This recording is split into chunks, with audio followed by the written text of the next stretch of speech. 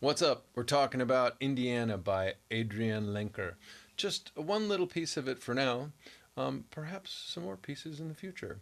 So we're talking about where we're playing from an E minor with some nice articulation, some hammer-ons, moving through a C chord and then to a G chord, all capoed at the 6th fret. So let's take a look at what we're doing. All right, here we are.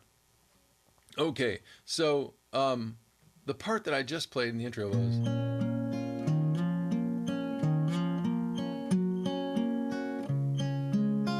just that little transition, just that little bit. So E minor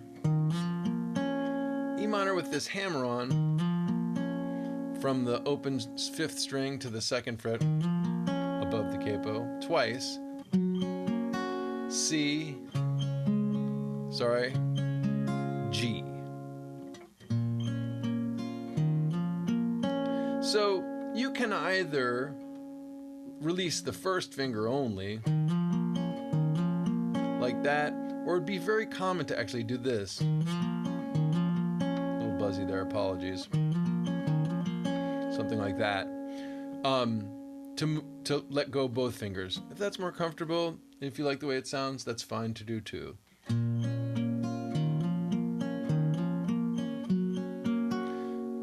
Works out. And in some ways, that transition to the G chord right there is the trickiest, or let's say the most mysterious. Because as we go from, we're just on the E minor chord here. Fine. I can just place that, if you're looking just at the left hand now, as I go from the E minor, I can place the 3rd finger down right as I play it. And at that same moment, I can release the 1st finger so that it can land right as I play it. So if you watch the transition from E minor, let me do it again. I'm just putting it down right at the moment that I play it.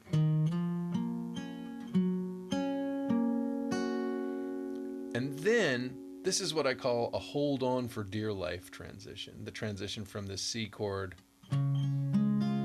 which is that you want to hold the C chord halfway past the duration of the shortest note. The idea being that we're going this fast the whole time, the whole piece.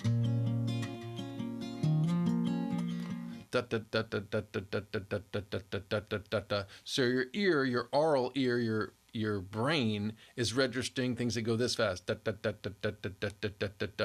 So when you hit the halfway point between where it says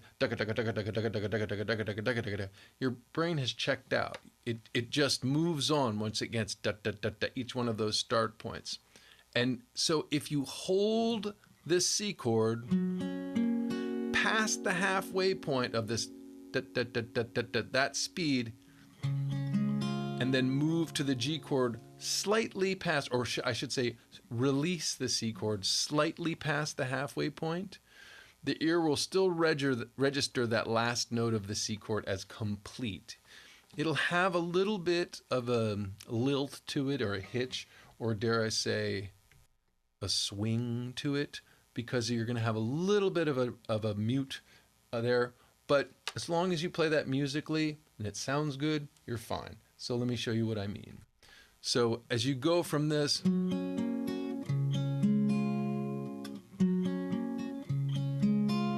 that was a little short, that one. That I liked better. You can actually also, oh, I like that better. Check that out. I'm going to leave my 1st finger down. And I'll let go the 1st finger right as I place down the 3rd finger.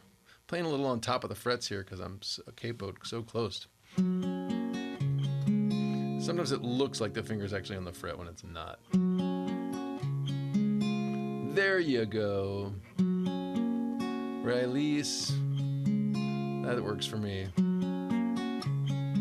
But the E is cutting off a little bit, the E on the 2nd fret of the D string there. So I might just move a little bit more slowly, and I'm going to do it really slow to show you what I mean about this hold on for dear life. So it's like that. Except I want to hold on the first finger a little bit.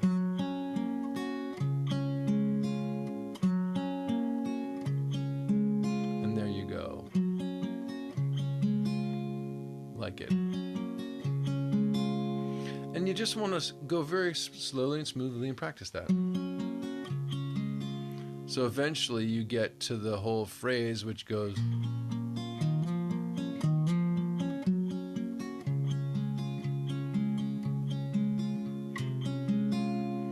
that was the other pit of it right there.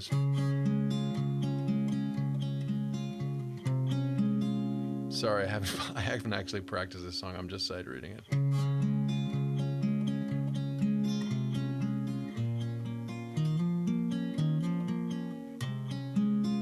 Oh, and now we're coming back up. I'm going to go back to the top. The first full measure.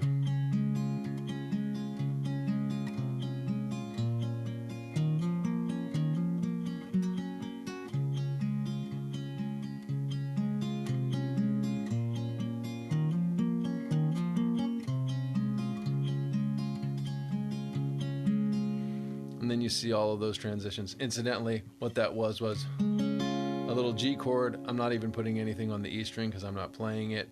And then moving through G over F sharp there. I hope that's helpful for you, and we'll probably return with more bits of Indiana by Adrianne Lenker 2 weeks. So take care, and we'll see you then. Keep rocking. Subscribe, tell your mama, ring the bell, all that stuff. Thanks for stopping by.